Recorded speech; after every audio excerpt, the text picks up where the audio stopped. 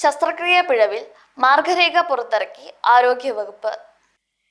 രോഗികൾക്ക് ശസ്ത്രക്രിയ വിവരങ്ങൾ അടങ്ങിയ റിസ്റ്റ് ബാൻഡ് ധരിപ്പിക്കണമെന്നും ശസ്ത്രക്രിയ നടത്തേണ്ട ശരീരത്തിന്റെ ഭാഗം മുൻകൂട്ടി അടയാളപ്പെടുത്തണമെന്നും മാർഗരേഖയിൽ പറഞ്ഞു. ഓപ്പറേഷൻ തിയേറ്ററിൽ മൊബൈൽ ഫോൺ ഉപയോഗിക്കരുത്. ചെറുതും വലുതുമായ എല്ലാ ശസ്ത്രക്രിയകൾക്കും മാർഗനിർദ്ദേശം ബാധകമാണെന്നും നിർദ്ദേശമുണ്ട്. ശസ്ത്രക്രിയയ്ക്ക് മുൻപ് ഡോക്ടറും നഴ്സും രോഗിയുടെ IP നമ്പർ, കേസ് റെക്കോർഡ് എന്നിവ പൂർത്തിയാക്കണം. വാർഡ് ഡോക്ടറും നഴ്സിംഗ് ചാർജും പ്രീ ഓപ്പറേറ്റീവ് ചെക്ക് ലിസ്റ്റ് പൂരിപ്പിച്ച് ഒപ്പിടണം. തിയേറ്റർ ചുമതലയുള്ള നഴ്സിംഗ് ഓഫീസർ വായിച്ച് വ്യക്തത വരുത്തി ഒപ്പിടണം. അതിനുശേഷം മാത്രമേ തിയേറ്ററിലേക്ക് രോഗിയെ പ്രവേശിപ്പിക്കാവൂ.